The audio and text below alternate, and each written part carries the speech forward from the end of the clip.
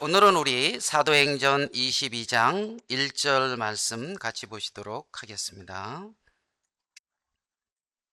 사도행전 22장 1절부터 11절 말씀까지 제가 읽어드리도록 하겠습니다. 부형들아, 내가 지금 여러분 앞에서 변명하는 말을 들으라. 그들이 그가 히브리 말로 말함을 듣고 더욱 조용한지라 이에 이르되, 나는 유대인으로 길리기아 다수에서 낳고 이 성에서 자라 가말리엘 문하에서 우리 조상들의 율법에 엄한 교훈을 받았고 오늘 너희 모든 사람처럼 하나님께 대하여 열심히 있는 자라. 내가 이 돌을 박해하여 사람을 죽이기까지 하고 남녀를 결박하여 옥에 넘겼노니 이에 대제사장과 모든 장로들이 내 증인이라. 또 내가 그들에게 다맥색 형제들에게 가는 공문을 받아가지고 거기 있는 자들도 결박하여 예루살렘으로 끌어다가 형벌받게 하려고 가더니 가는 중 다메섹이 가까이 갔을 때에 오정쯤 되어 호련히 하늘로부터 큰 빛이 나를 둘러 비치매 내가 땅에 엎드려져 들으니 소리 있어 이르되, 사울아 사울아 내가 왜 나를 박해하느냐 하시거늘 내가 대답하되, 주님 누구시니까 하니 이르시되, 나는 내가 박해하는 나사렛 예수라 하시더라.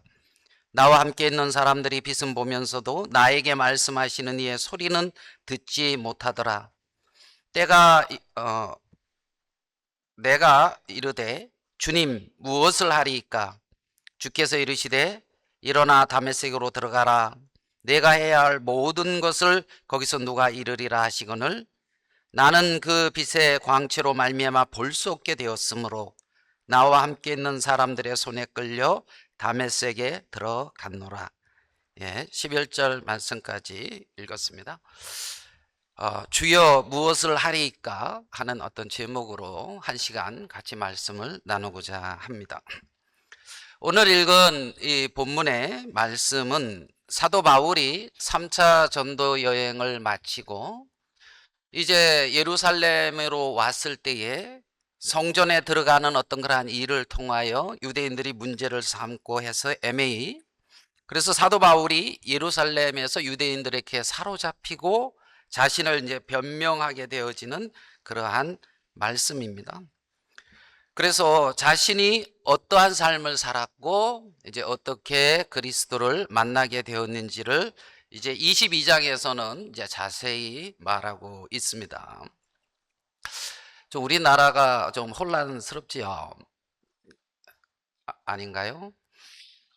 어제 이제 식사하면서 어떤 형제님, 피자 맛있습니까? 그러니까 피자 이렇게 오픈하신, 그래서 오면은 준다고 이렇게 하더라고요, 한 판. 그래서 이제 뭐 여러분과는 상관이 없으니까. 근데 이제 하시는 말씀이, 우리나라 대통령이 무슨 일을 했어요, 비상계엄을. 그리고 나서 장사가 영 안 된다. 이제 이렇게 말씀을 하시더라고요. 그래서 비상계엄을 통해서 우리나라가 많이 이렇게 좀 혼란스럽고 좀 그런 부분들을 겪고, 안타깝게 이제 뭐 이렇게 푸른색, 빨간색입니까? 막 이렇게 이제 두 진영으로 막 이렇게 나뉘어지고 뭐 이제 이런 부분들을 좀 그런 현실이 이제 있는 걸 봅니다. 그 헌법을 보면 헌법 1조에 그러죠. 이렇게 되어 있습니다. 대한민국은 민주공화국이다. 그 1조 2항에는 대한민국의 주권은 국민에게 있고 모든 권력은 국민으로부터 나온다 그랬습니다. 대통령이라고 하는 최고 통치자의 위치에 있었지만은 그 권력은, 모든 권력은, 헌법은 국민에게로부터 나온다고 했고, 대통령은 그렇게 위임받은 권력으로서 이렇게 통치 행위를 하는 그러한 위치에 있는 겁니다. 근데 이제 그 부분이 뭐 이제 제가 뭐 어떤 정치적 그런 것은 어떤 견해는 따로 없는데 사실적인 부분에 제가 좀 느꼈던 게 있어서 말씀드립니다. 거기에 이제 그 군인들이 이렇게 이제 청문회에 나와서 이렇게 막 하는, 이게 쟁쟁하더라고요. 거기에 나온 사람들 보니까 보셨습니까? 계엄사령관, 뭐 특전사령관, 수방사령, 정보사 사령, 뭐 방첩사령, 핵심의 어떤 군인의 뭐 이런 분들이 많이 나와서 이렇게 이제 그 하는 것을 이렇게 봤는데, 제가 좀 하나 인상 깊게 봤던 것은 어떤 특전사 그 여단장이 하는 말이었습니다. 우리 특전사는 국가가 원하면 국가가 가라하는 곳에 내 생명을 던질 수 있는 그러한 어떤 준비가 됐고 훈련된 병사라는 거죠. 그리고 이제 그렇게 나라를 위해서 그렇게 이제 자신들은 자신의 생명을 버릴 만한 충분한 어떤 그러한 의지와 충성심이 있다는 겁니다. 근데 그들이 이제 듣는 내용이 뭐냐면 내란범이다는 말을 들었다는 거예요. 그런 말을 듣게 되어졌을 때 그들은 자기 정체성에 있어서 굉장히 큰 타격이 오는 겁니다. 내가 이렇게 왜 이렇게 힘겨운 고난을, 훈련을 이렇게 겪으면서 내가 왜 이러한 삶을 살아야 되는지, 어떤 굉장한 그래서 우리 부하들에게는 잘못이 없다. 다만 이렇게 잘못 지휘한 우리 지휘관이 이제 잘못이다. 책임은 우리에게 돌리고 그들을 내란범으로 이제 몰지 말았으면 좋겠다 하는 그러한 그 부분을 팁으로 이렇게 보면서 생각되는 게 좀 깊었습니다. 오늘 읽은 본문의 말씀에 보면 사도 바울은 하나님에 대해서 열심히 있었다고 했습니다. 하나님에 대해서 열심히 있었는데 바울이 정확히 예수 그리스도 부활하신 주님 앞에 서게 되어졌을 때는 하나님에 대해서 열심히 있었는데 하나님을 핍박하는 자로 이렇게 서 있었습니다. 전혀 자기는 생각할 수 없는 그러한 위치였어요. 목숨 걸고 하나님을 섬겼는데 왜 그러한 위치에 있었나는 거죠. 저의 생애도 그 부분을 이렇게 놓고 좀 돌아보게 되었어요.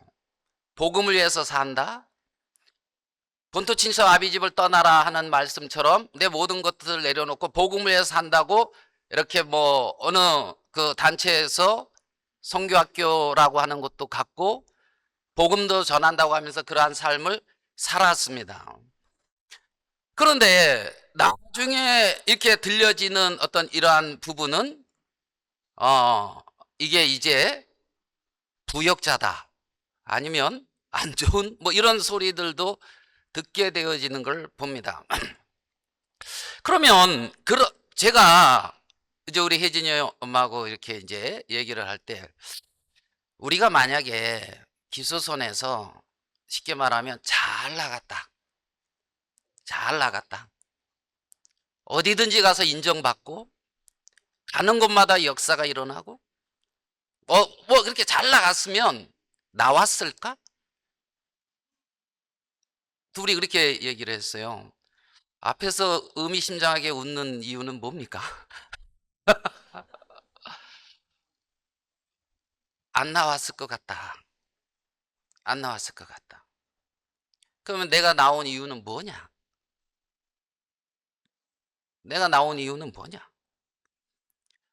그러면 결국은 내가 인정되어지고 내가 세워질 때는 문제가 없었지만 내가 거부되어지고 내가 세워지지 않을 때는 문제가 된다면 그는 나를 섬긴 거지.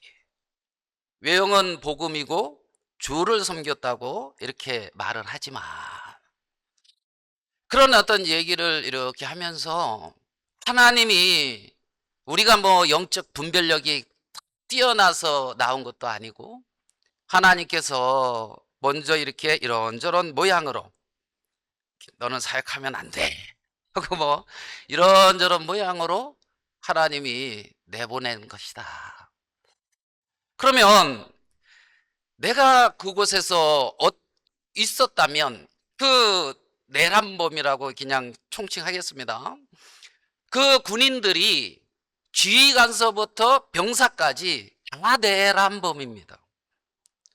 주의감서부터 병사까지 말입니다. 그렇게 법적 책임이 돌아옵니다. 그러면 나는 하나님 앞에서 이러한 위치에서 어떠한 마음을 가지고 어떠한 자세로서 어떻게 살아야 될 것이냐, 이런 부분들을 생각하게 되어지는 거죠. 모든 것을 내려놓고 정말 내 마음에 내가 주인으로 자리 잡고 내가 나를 주인 삼아 살아왔다면 모든 것을 내려놓고 하나님 앞에 벌거벗은 모습으로 주님의 은혜를 정말 마음에서부터 잊고 겸비한 마음으로 살아가야 된다. 그런 어떤 대화를 했던 것을 이렇게 봅니다. 오늘 읽은 이 말씀에 보면 이런 말씀이 있어요. 5절입니다. 이에 대제사장들과 모든 장로들이 내 증인이라. 또 내가 그들에게 다맥에서 다맥색 형제들에게 가는 공문을 받아가지고. 왜 바울은 여기서 대제사장들과 장로들에게서 공문을 받아가지고 갑니까? 그 공문, 대제사장들과 장로들에게서로부터 오는 이 위임된 어떤 그러한 권세를 가지고 가고 있는 거란 말입니다. 다메섹으로. 그러니까 이 바울은 자기 자신의 어떤 자연인으로 가는 것이 아니라 대제사장들과 장로들로부터 위임받은 권세를 가지고 가고 있습니다. 가고 있어요. 그래서 거기서 그 누구예요? 그리스도인들을 잡아서 예루살렘에서 했던 것처럼 감옥에도 놓고 모욕하고 핍박하기 위해서, 잔멸하기 위해서 가고 있는 중이라는 거지요. 그렇게 할 수 있는 것은 그에게 그렇게 위임된 어떤 권력이 있었다는 겁니다. 권세가 있었다는 거지요. 예수님에게 사람들이 와서 묻습니다. 당신은 무슨 권세로 이 일을 합니까? 너는 무슨 권세로 이 일을 행하느냐? 그때 예수님이 그랬습니다. 세례 요한의 세례는 어디로부터 온 것이냐? 도리어 이렇게 묻습니다. 그러니까 네가 지금 행하는 이 일, 행하는 이러한 너의 어떤 그런 표적이나 역사 일어나고 네가 행하는 이것이 어디서 오는 권세냐? 네가 무슨 권위를 가지고 이러한 일을 행했느냐? 대제사장들과 어떤 그런 장로들이 통해서 인정받은, 이들이 가르치고 이들이 행하는 것은 인정하겠는데, 그러면 너는 대체 어디서 권세를 받았느냐? 지금 그렇게 묻고 있는 거죠. 하나님이 권위와 지금 내가 행사하고 있는 그 권위가 충돌되고 있다면 문제가 되는 것이죠.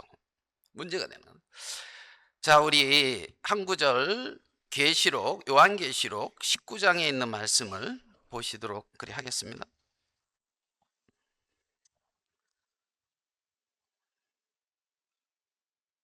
요한계시록 19장 4절부터 한번 제가 읽겠습니다.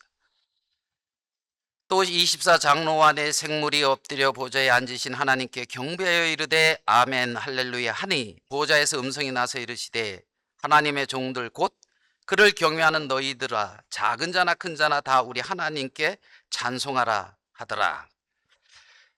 여기에 보면 보좌에서 음성이 나서, 보좌가 있습니다. 보좌. 요한계시록 4장에는 하나님의 보좌가 나오고 요한계시록 5장에는 어린 양의 보좌가 나옵니다. 그래서 그 보좌를 중심으로 모든 것들이 둘러서 경배합니다. 그리고 그 보좌에서 음성이 났다고 말하고 있어요. 하나님의 종들 곧 그를 경외하는 너희들아, 작은 자나 큰 자나 다 우리 하나님께 찬송하라 하더라. 또 내가 들으니 허다한 무리의 음성과도 같은 많은 물소리와도 같고 또 큰 우레소리와도 같은 소리로 이르되 할렐루야, 주 우리 하나님 곧 전능하신 이가 뭐하시다? 통치하시도다. 누가 통치하십니까? 하나님이 통치하십니다. 주 곧 전능하신 이가 통치하신다는 겁니다. 이 하나님이 통치하시는 그 세계, 하나님이 어떤 다스리는 어떤 그러한 세계, 그러면 나에게 주어지는 그 권위는 그 하나님, 통치하시는 하나님께로부터 온 권위여야 하며, 그 하나님으로부터 위임받은 권위를 행사하는 사람은 하나님 앞에 겸비한 삶을 살게 되겠죠. 자기의 어떤 권위가 아니라는 겁니다. 자기의 권위가 아니야. 할렐루야. 주 우리 하나님 곧 전능하신 이가 뭐한다? 통치하신다. 내 인생을 전능하신 하나님이 다스리시고, 우리 가정을 전능하신 하나님이 다스리시고, 우리 교회를 하나님이 다스리시고, 하나님이 통치하시는 그곳이 하나님의 나라입니다. 하나님의 어떤 그러한 권위가, 국권이 세워져 있는 그곳. 왜 교회에 순종합니까? 거기에 하나님이 세우신 권위 앞에 있는 겁니다. 하나님의 어떤 권위가 있다는 거죠. 권위. 내가 하나님의 통치를 받는 사람이라면 하나님이 통치하시는 그 세계 속에 순종하게 되어지는 겁니다. 그래서 내 마음에 왕은 누구인가? 나는 누구의 통치를 받고 있는가? 이런 부분이 굉장히 중요하지요. 그래서 마음에 왕이 세워지고 그 왕에 대한 권위가 세워진 그곳에 참된 순종이라는 열매가 맺힐 수가 있는 겁니다. 하나님이 기뻐하시는. 그 종교 개혁자들은 그 만인 제사장주의라고 하는 어떤 그런 말 들어보셨죠? 뭐 이런 걸 이렇게 주장을 했어요. 그게 뭐냐 하면 어떤 신부나 이들만이 하나님 앞에 나가는 것이 아니라 모든 성도가 하나님 앞에 나갈 수 있다는 거예요. 예수 그리스도의 보혈의 공로로, 예수님의 어떤 그러한 공로로 누구든지 하나님 앞에 나갈 수 있게 되어졌다. 그래서 꼭 어떤 그러한 제사장 같은 어떤 신부, 어떤 그땐 천주교였잖아요. 종교개혁 시대 땐. 그래서 그를 통하는 얻지 않고 직접, 그래서 내가 하나님 앞에 그 찢어진 보좌 사이로 하나님 앞에 언제든지 담대히 나갈 수 있는, 그게 이제 종교개혁자들이 이제 그 신자들에게 찾아주려고 했던 어떤 정신입니다. 한 부분. 그 만인 제사장주의라 그러죠. 그러다 보니까 그러면 개인은 하나님 앞에 나가게 됐는데, 그러면 이제 믿음의 어떤 공동체가 있잖아요. 그것을 뭐라고 말을 합니까? 교회라 그러잖아요. 그러면 교회 안에서 진짜 하나님 앞에 나간다 그러면 이거 어떻게 되느냐? 문제가 발생할까요? 안 할까요? 안 살아와서 잘 모르니까 각자 주의 음성 듣고 각자 이러면 이제 문제가 발생하잖아요. 살아보세요. 발생할 겁니다. 각자 그렇게 하면은. 자, 그러면 그 문제를 어떻게 처리할까? 그러면 성경은 이걸 어떻게 이제 기록하고 있나? 이런 것을 이렇게 이제 하면서 이들은 뭐 어떻게 이제 얘기를, 그 성경적인 어떤 그러한 결론을 냈냐 하면, 하나님이 모든 신자들에게 그렇게 하나님 앞에 나갈 수 있는 권세를 부여해 줬다. 그래서 모든 신자에게 그런 권위가 있다. 그러면 이 믿음의 공동체 안에는 그 권위를 위임받은 교회의 대표자들이 있다. 무슨 말씀인지 이해되십니까? 그래서 교회의 어떤 그런 대표자들, 하나님은 그렇게 그러한 대표자들을 세웠다. 이제 이런 부분을 성경적이다는 것을 그들은 이제 말을 하고 있어요. 여기까지 이렇게 동의됩니까? 그러면 교회의 대표자는 그렇게 이제 개개인 신자들에게 주신 하나님의 권위를 위임받은 권위를 가지고 있는 거예요. 위임받은 권위, 교회의 대표자로서. 네?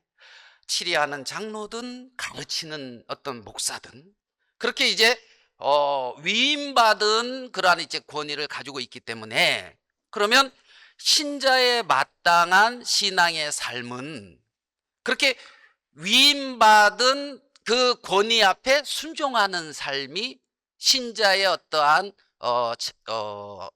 아름다운 합당한 삶이라고 이렇게 말하고 있어요. 여기까지도 이렇게 좀 이해됩니까?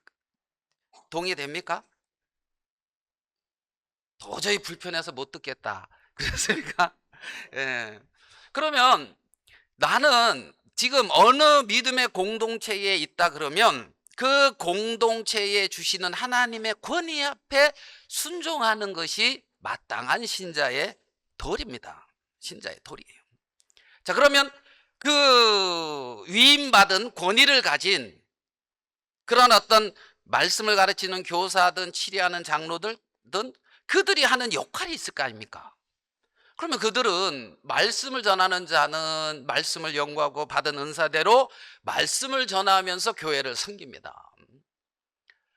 치리하는 장로들은 개혁 때는 그랬어요. 일일이 가정을 신방합니다. 가정을. 그래서 가정을 신방해서 이 가정이 정말 그리스도의 통치를 받고 있는지, 정말 교회에서 선포되고 있는 말씀의 진리대로 살고 있는지, 이 가정에는 무슨 문제가 있는지, 어려움은 없는지, 이런 거를 치리 장로들이 일일이 다니면서 신방했습니다. 신방. 그리고 섬겼어요. 가정을 섬겼어요.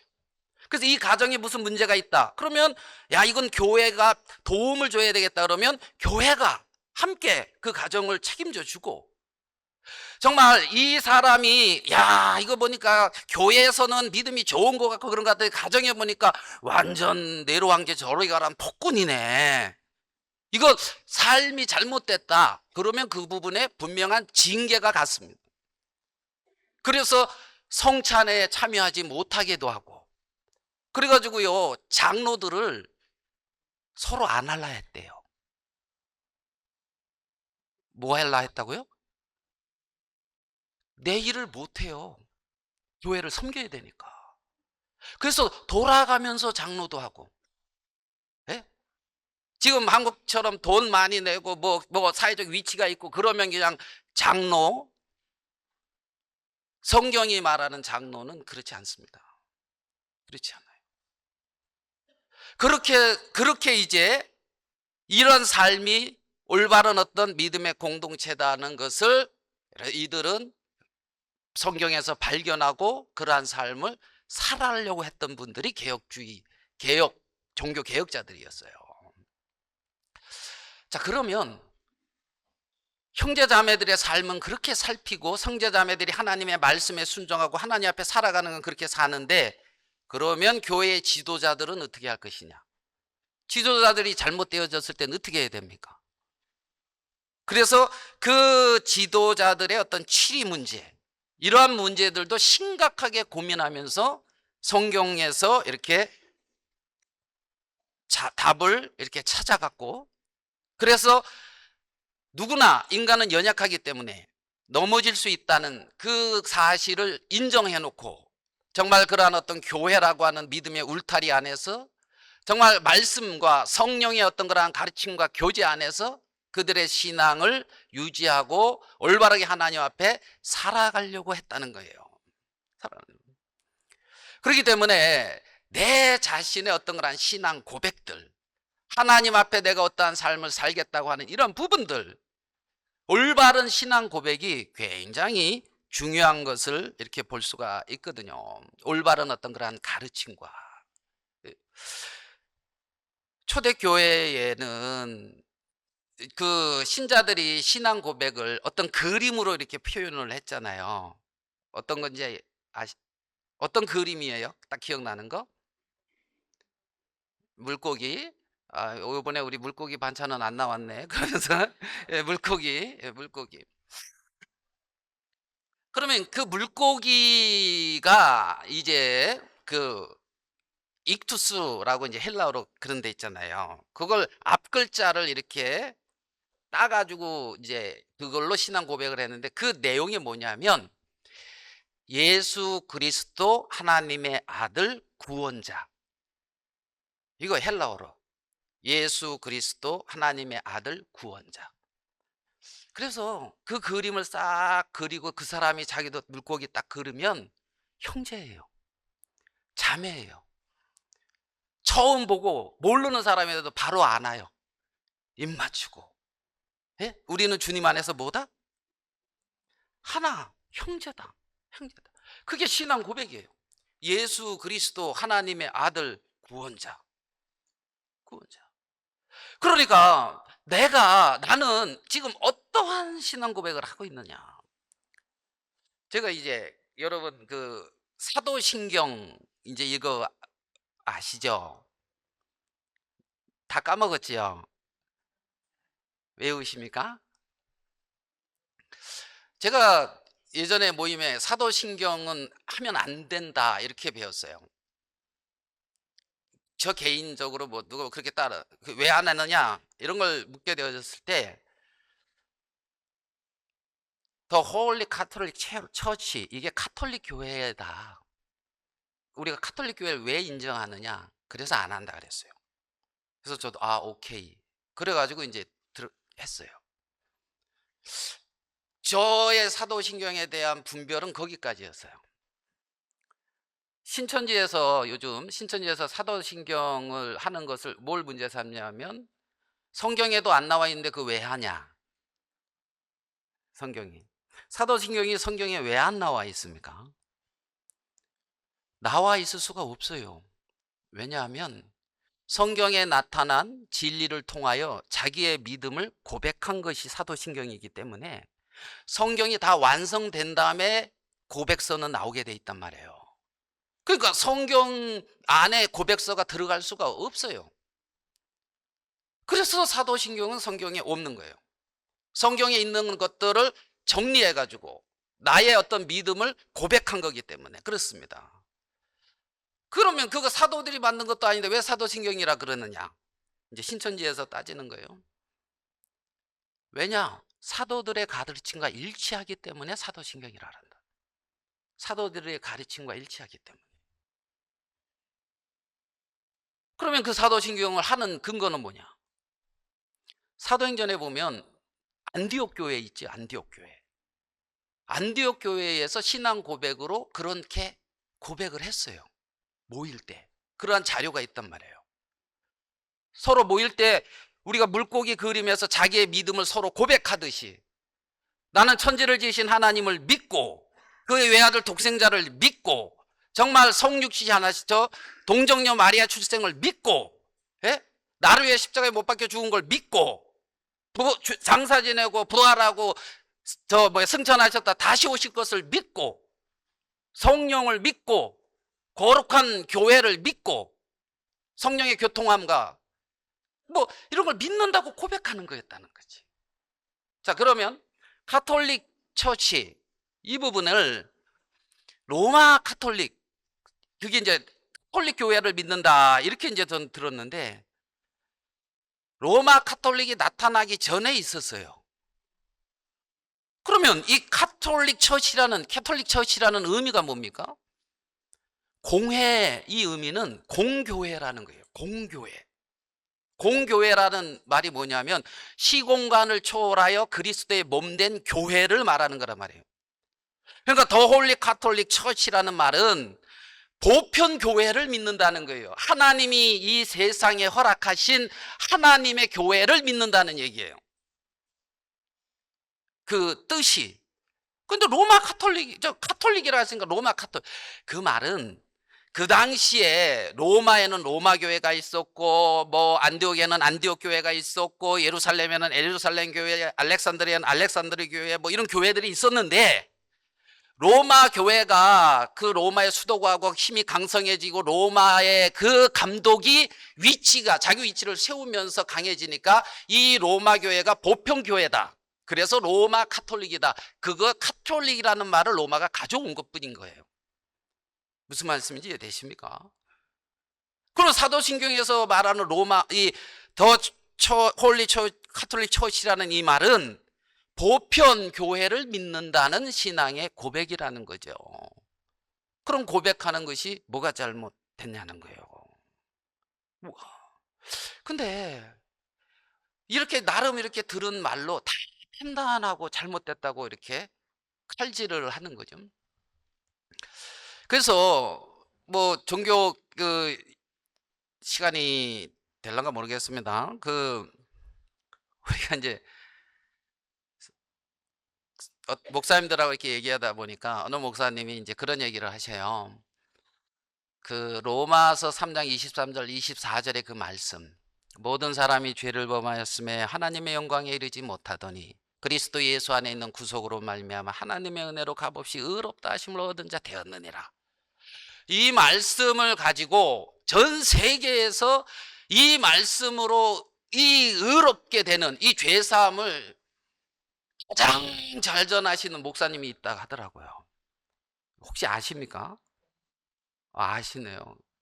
그 세계에서 가장 잘 전하시는 목사님 어떻게 아십니까?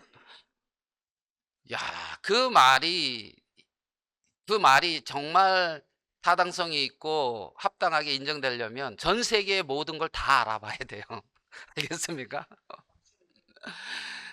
그래가지고 제가 그 신앙 그 종교 개혁자들이 아주 많은 사람들이 인정하는 어떤 신앙 고백서가 이제 웨스트민스터 신앙 고백서거든요.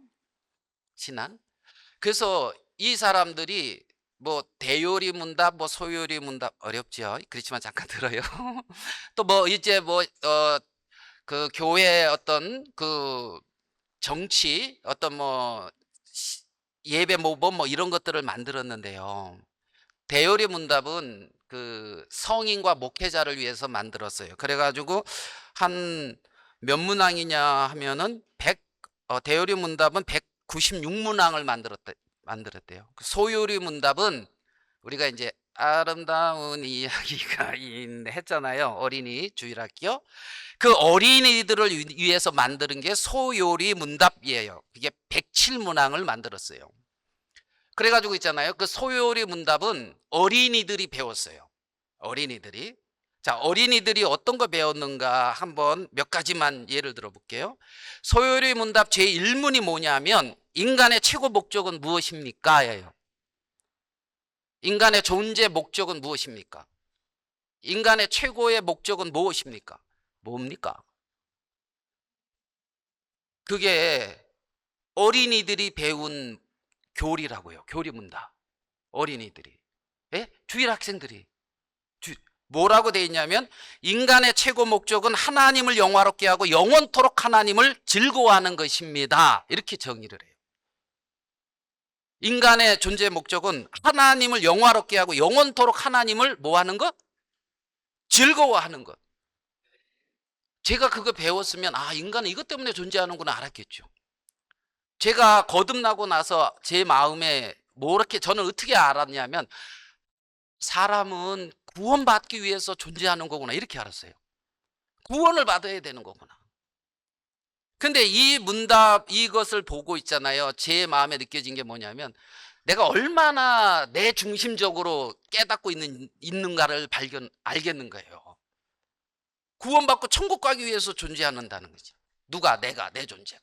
하나님은 인간을 만들 때 하나님을 영화롭게 하고 영원토록 하나님을 즐거워하게 하는 그 목적으로 만들었는데 내가 그 목적 하에서 하나님과 화목됐다면 그 목적 하에서 하나님과 화목됐다면 그 길을 갈 거 아니에요. 그 길을 하나님을 즐거워하고 하나님을 영화롭게 하는 그 길을 그렇게 일문이 시작이 돼요. 아까 로마서 3장 23절을 세계 최고라고 그랬는데 이거는 지금 주일 학생이 배우는 거예요. 33문에 그걸 말해요. 소요리 문답 33문에 뭐라고 말하냐면 칭의란 무엇입니까? 이렇게 질문해요. 의롭다 하심이란 무엇입니까? 이렇게 질문해요. 의롭다 하는 게 뭡니까? 너 이제 다 씻어졌어. 너 의롭게 됐어. 너 이제 의인이야. 너 천국 가. 죄 없어. 죄인이라는 것은 하나님 안 믿는 거야. 자, 그렇게 많이 듣기도 했을 겁니다. 여기서 이렇게 정의하고 있습니다. 제가 한번 읽어볼게요. 칭의는 의롭다 하심이란 하나님이 값없이 주시는 은혜의 행위로서 우리 모든 죄를 용서해주고 우리를 하나님 앞에서 의롭게 여겨 받아주시는 것인데, 이는 오직 그리스도의 의를 우리의 것으로 계산해 주기 때문이며 칭의는 믿음으로만 받습니다. 이렇게 정의해 놨어요. 자, 이것을 조금 설명한다면, 칭의는 첫째, 값없이 주시는 하나님의 은혜의 행위다. 둘째, 하나님이 죄를 용서해 주는 행위다. 셋째, 하나님 앞에서 의롭다 하심을 받는 부분이다. 넷째, 이것은 믿음으로만 받아지는 것이다. 그리스도의 의를 우리의 것으로 여겨주는 것이다. 이걸 칭의란 무엇이냐 하면서 누가 배웠다고요? 아름다운 이야기가 있네. 가정에서 주일학생이 이렇게 배웠다고요. 주일학생이 이렇게 배웠다고요. 14살 이하의 학생들이. 세계 최고입니까? 제 35문에 성화는 무엇입니까? 이렇게 묻습니다. 이건 이제 신학적으로 성화 이렇게 표현하는데, 거룩하심이란 무엇입니까? 이렇게 물어요. 대답을 한번 읽어볼게요. 성화는 하나님이 값없이 주시는 은혜의 사역으로서 우리의 전인이 하나님의 형상으로 새롭게 되는 것이며, 점점 더 죄에 대해서는 죽고 의에 대해서는 살게 됩니다. 성화란 하나님이 본래 창조하셨던 대로 하나님의 자녀답게 변화되어 가는 것을 말합니다. 그렇게 가르쳤어요. 혹시 성화 얘기하면 구원받은 거 아니다, 이런 거 혹시 들어보셨습니까? 제가 읽었던 이 성화의 정의가 성경적으로 잘못됐습니까? 개혁자 중에 배자라는 사람은 이렇게 말합니다. 성화는 단회적인 성화와 점진적인 성화로 나뉘어진다. 단회적인 성화는 예수 그리스도를 믿음으로 거룩하게 되어졌을 때 이루어지는 것이며, 점진적인 성화는 우리의 삶 속에 성령이 우리를 통하여 다스리시고 성령이 우리를 통하여 나타나심으로 되어진다는 거예요. 이루어져 간다는 거예요. 그러므로 칭의도 하나님의 은혜며 성화도 하나님의 말할 수 없는 은혜다, 이렇게 정의하고 있습니다. 성화 얘기하면 구원이 아닙니까? 아직도 세계 최고입니까?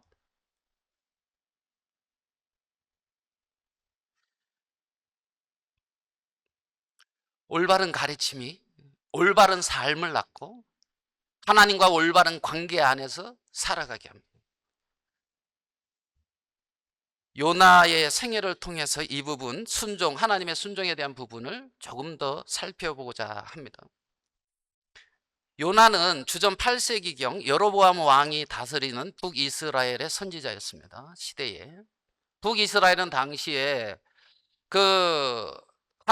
그들이 하나님 앞에 신앙적으로 악했지만 하나님이 은혜를 입혀주셔서 굉장히 강력한 나라였습니다. 남유다 아사왕이 다스렸고, 그래서 그 당시에 남유다 북이스라엘의 영토를 이렇게 하면은 솔로몬 치세 시대의 그 영토를 가지고 있었습니다. 그때에 요나에게 하나님의 말씀이 임합니다.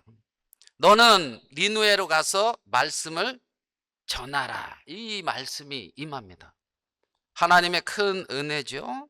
요나가 하나님의 말씀을 받았다는 것은 은혜라는 그런 말씀을 드린 겁니다. 요나가 하나님의 말씀을 받고 즉시로 순종해서 니누에로 간 것이 아니라 니누에가 정반대인 다시스를 향해서 욥바에서 배 타고 떠납니다. 큰 풍랑이 일어났죠. 배미층에서 자고 있는 요나를 깨웁니다. 너는 누구냐 대체? 요나의 대답이 뭐라고 하는지 압니까?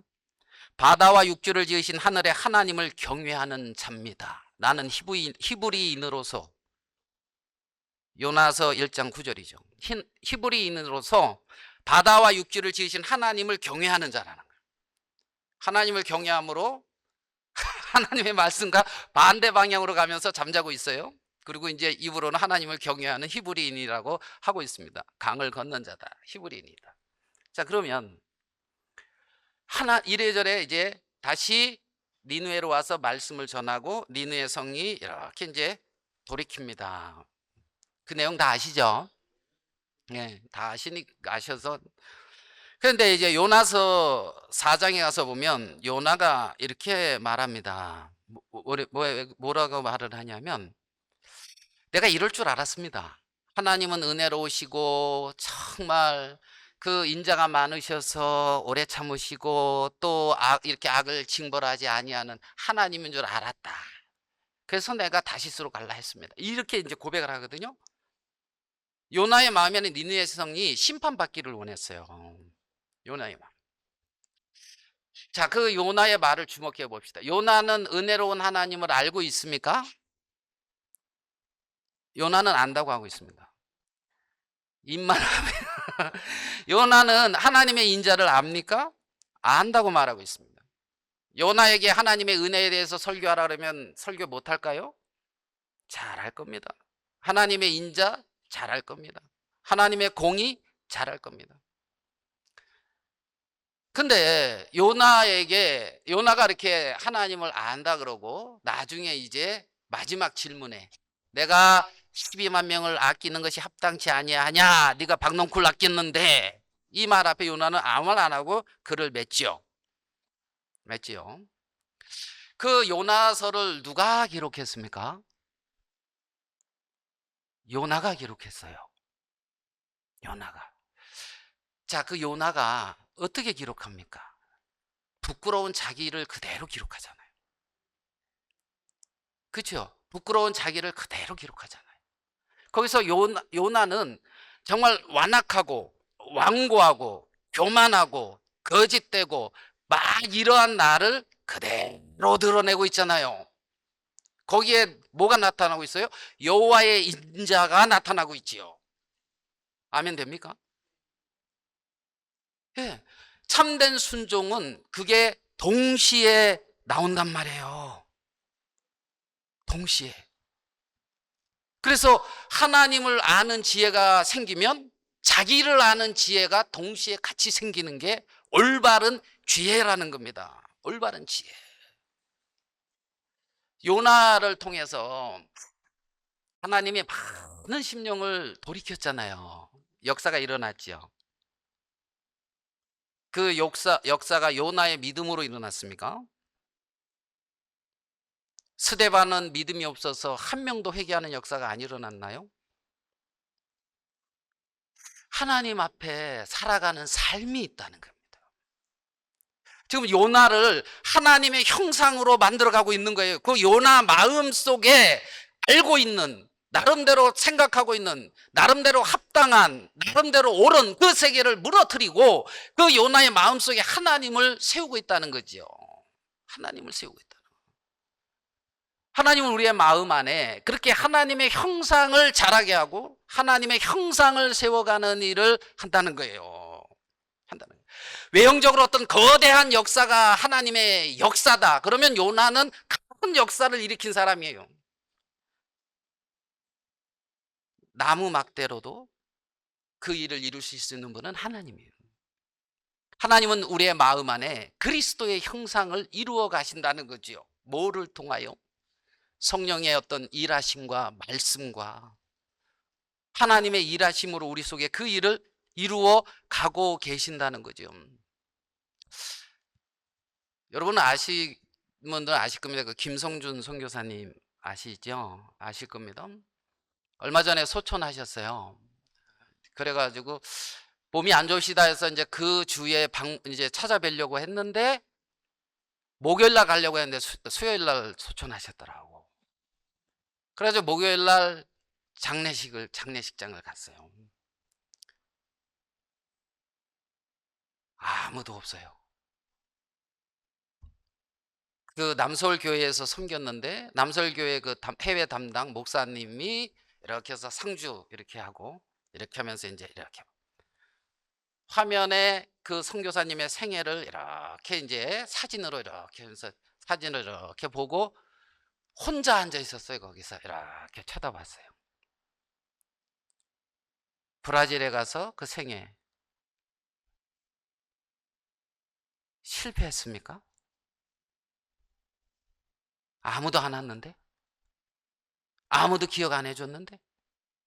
아무도 인정 안 해줬는데? 실패했죠. 거기서 그 우리 가면 우리 뵈면은 어느 날 우리 혜진 엄마가 상품권 3개 꼬깃꼬깃 하고 가져왔더라고. 뭐요? 선교사님이 쓰래. 그리고 줬어. 상품권 10,000원짜리 3장.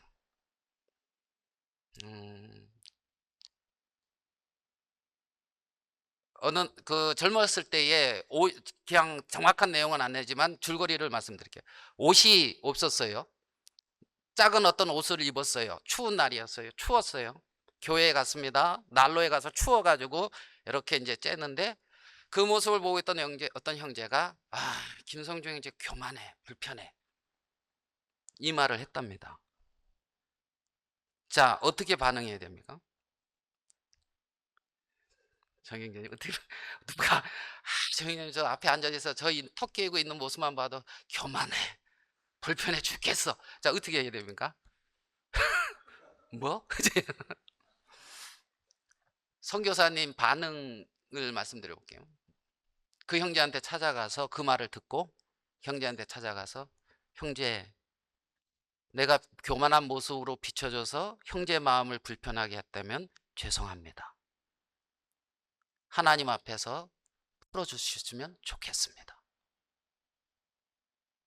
그렇게 말했대요. 제가 교만한 모습으로 비춰져서 형제를 불편하게 했다면 죄송합니다. 그리스도가 나를 용서하신 것처럼 저를 받아주세요.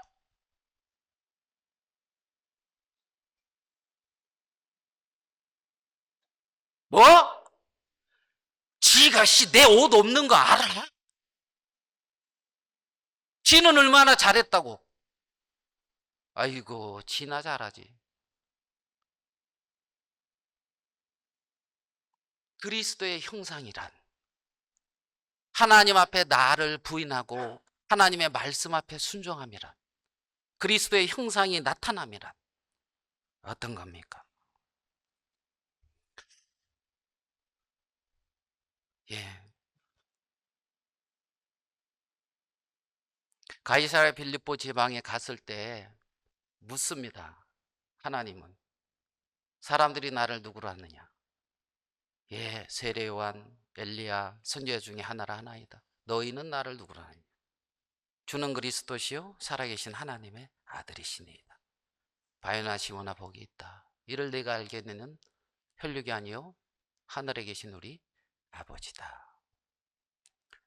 주는 그리스도시요 하나님의 아들이시니이다. 너는 나를 누구라 하느냐? 우리의 마음에 묻습니다. 하나님이. 여러분은 마음에서 하나님을 누구라고 고백하고 있습니까? 주는 그리스도시요 살아계신 하나님의 아들이시니이다. 사도행전 16장 31절에 보면 주 예수를 믿으라 그리하면 너와 내 집이 구원을 얻으리라 하는 말씀이 있습니다. 누구에게? 빌립보 간수에게 그 말을 합니다. 사도 바울이. 빌립보는 어느 지역입니까? 마게도냐에서 살기 좋은 곳으로서 로마의 태역 군인들이 많이 가서 사는 곳입니다.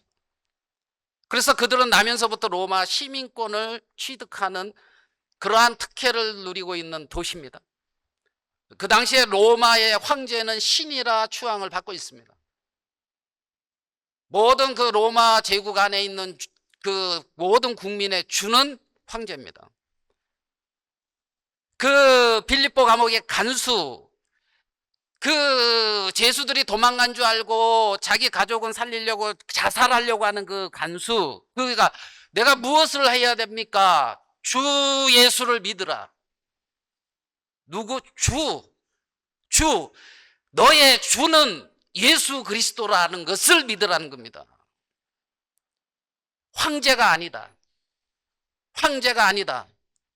만왕의 왕, 천지를 통치하시는 하나님이시다. 창조하시고 유지하시고 통치하시고 그 하나님이 너의 주다.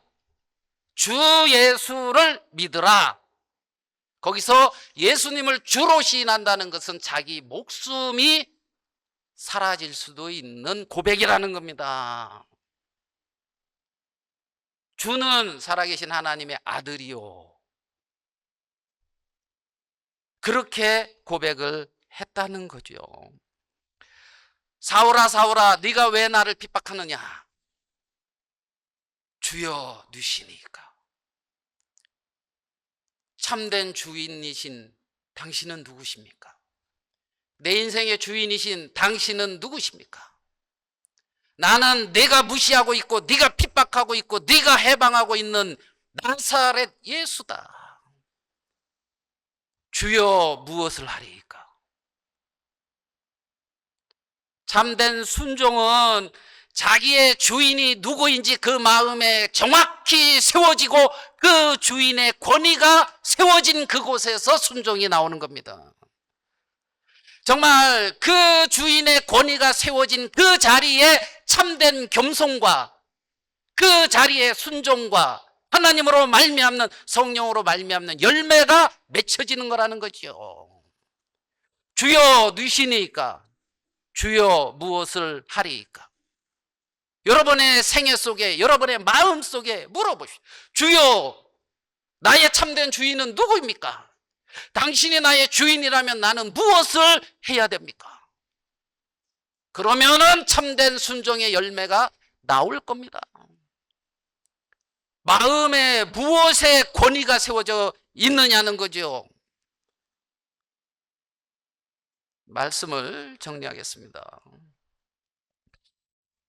칭의와 성화는 하나님의 은혜고 같이 가는 거예요. 주님 안에서 성장은 죄에 대해서 죽고 의에 대하여 사는 겁니다. 옛사람을 벗어버리고 새사람을 입어가는 삶입니다. 과연 지금 나는 얼마나 새사람의 성품이 나타나고 있는가? 요나는 정확히 육신의 자기의 옛사람의 모습을 정확하게 고백하고 있습니다. 우리의 삶 속에 나타나는 열매가 무엇인지 한번 각자 질문해 보셨으면 합니다. 첫 번째 묻고 싶습니다. 내가 가지고 있던 옛 습관은 옛사람의 모습은 얼마나 버려졌는가? 내가 가지고 있던 옛 습관, 옛사람의 모습은 얼마나 버려졌는가? 여러분 자신에게 질문해 보세요. 얼마 전에 우리 가족여행 처음으로 가자 그래가지고 가족여행 갔어요. 우리 딸이 기획하고 진행했는데 딸이 뭐 설문지를 했더라고요. 그래서 우리 각자 가족들한테 칭찬 3마디씩 쓰재래요. 칭찬 3마디씩. 그래서 3마디씩 썼어요. 무기명 썼어요. 그래서 저한테 이제 왔어요. 저한테 뭐예요? 그래서 가장 마음에 드는 칭찬을 하나 이렇게 발표하래요. 딱 보니까 성질이 지랄 같은데 주님 안에서 많이 누그러들었다. 누가 썼는지 대략 이렇게 이해가 가요? 성질이 지랄 같은데 주님 안에서 많이 누그러들었다. 아, 그게 칭찬이래요. 그래서 제가 그걸 제일 좋은 칭찬으로 이렇게 했거든요. 그래, 그게 얼마나 감사하냐. 이런 나를 주님이 다스려 줬다는 게. 그게 내가 가지고 있던 옛 습관은 옛사람의 모습은 얼마나 버렸는가? 두 번째 질문합니다. 하나님의 거룩함과 의로움과 진리를 싫어하던 마음에서 자기를 창조하신 하나님의 형상을 따라 지식에까지 새롭게 하심을 잊고 자라가고 있는가? 3번. 다른 영혼을 향한 관심과 사랑이, 선을 베푸는 일이 점점 더 풍성하여지고 있는가? 4번. 보편교회에 속하여 한 지역 교회의 지체로서 의무와 책임을 신실하게 감당하고 있는가? 하나님이 두신 위치입니다. 5번. 가정에서 하나님이 허락하신 위치에서 신실히 신자의 삶을 살고 있는가? 6번. 내가 속한 사회와 국가에서 그리스도인으로서 역할을 감당하고 있는가? 묵상해 보시기 바랍니다. 하나님은 천지를 창조하셨고 우리와 같은 몸을 입고 이 땅에 오셔서 벌레 같은 나를 구원하셨습니다. 여러분, 주님, 주여 당신은 누구입니까? 주여 무엇을 하리이까? 오늘 일찍 일어났죠? 예, 마지막에 얼마나 좋아요. 일찍 일어나라고. 갑자기! 그죠? 제가 그걸 당하면서, 야, 주님은 이렇게 갑자기 오시던데. 아무 생각 안 하는데 갑자기 울리듯이 갑자기 주님 오셔야 안 오셔요? 갑자기 주님 오실 때 제가 드린 질문을 또 깊이 생각하면서 주님 앞에 서는 여러분이 되시기를 바라겠습니다. 나의 주인에 대한 정확한 권위를 인정하는 그곳, 권위가 세워지는 곳에서 참된 경배가 나타나고 그곳에서 참된 순종이 나타나며 그곳에서 참된 주의 열매가 맺혀집니다. 성령의 인도를 받아 귀하게 하나님의 자녀로 성장하시는 우리 모두가 되기를 바라는 마음이 있습니다. 기도하겠습니다.